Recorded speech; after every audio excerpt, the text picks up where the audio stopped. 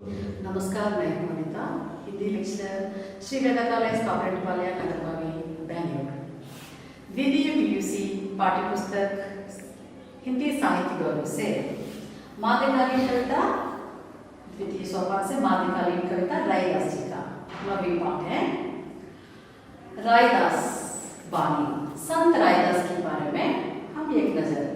कवि परिचय। भक्ति काल के निर्गुण संतों में रायदास का नाम बड़े आदर के साथ लिया गया है। भक्ति काल में कवि कौन कौन है आपको मालूम है?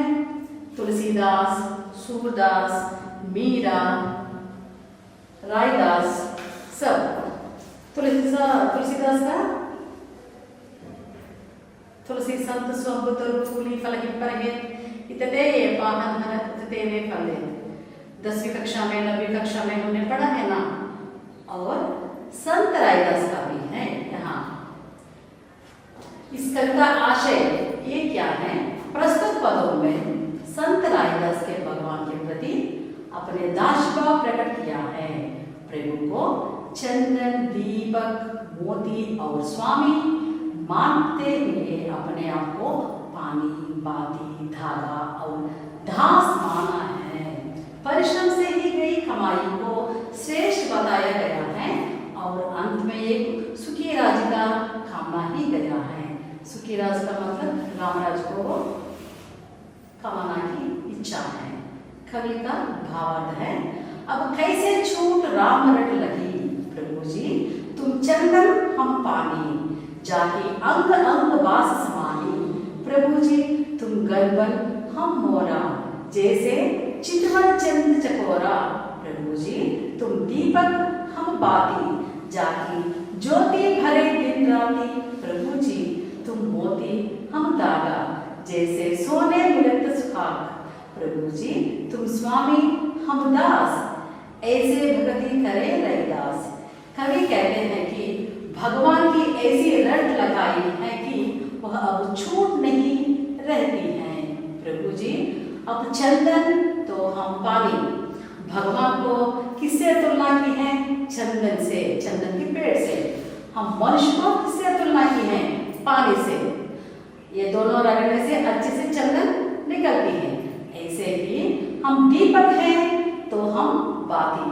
भगवान को दीप से तुलना किया है, हम मनुष्य को बाती से तुलना किया है। यहाँ आप मोती हैं, यहाँ भगवान मोती की जैसी हैं, हम धागा हैं, धागा से हम तुलना की है। यही स्वामी है तो हम दास या सेवक हैं। भगवान हमारे लिए स्वामी, माता, पिता सब कुछ है। हम उनकी क्या हैं? हम उनकी एक सेवक हैं। शब्दार्थ। प्रभु, प्रभु का अर्थ है भगवान। और घन, घन का अर्थ है बादल या मेघ। और चकोरा, चकोर पक्षी। आपको मालूम है चकोर पक्षी वो सिर्फ स्वाति बिंदुओं को पीती है और निरीक्षण करती है वो स्वाति बिंदु कब आते हैं। अभी तक कुछ नहीं पीती है वो पक्षी, इसीलिए वो चकोर पक्षी के लिए इतना विशेष है। और बाती, बाती का मतलब है बत्ती, दीप जलाने के लिए बहुत जरूरी है। नेक्स्ट रैदास।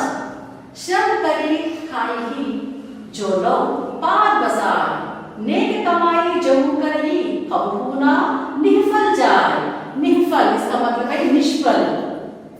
श्रम इसका अर्थ है मेहनत, करी करके, निष्फल निष्फल। कवि कहता है कि इस पद में श्रम की महत्व बताते हैं। मनुष्य को कर्मयोगी बनाना चाहिए, उनके लिए हमें कमाई से खाना चाहिए, क्योंकि नेकी से कहीं कमाई कभी भी निष्फल नहीं होती है। इसका अर्थ ये है। और ऐसा चाहे राज में जहां मिले सबन को अन्न, छोटा बड़ो सब सम बसई, रैदास रहे प्रसन्न। इसका अर्थ है अंत में कवि एक ऐसा राज्य कमाना कहते हैं कि जहां सभी सुखी हो, जहां सभी को खाना मिले, कोई भूखा प्यासा ना हो, और जहां कोई छोटा बड़ा ना होकर सभी सम्मान हो।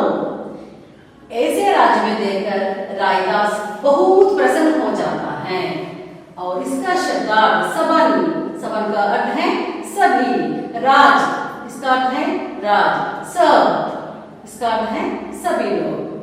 धन्यवाद।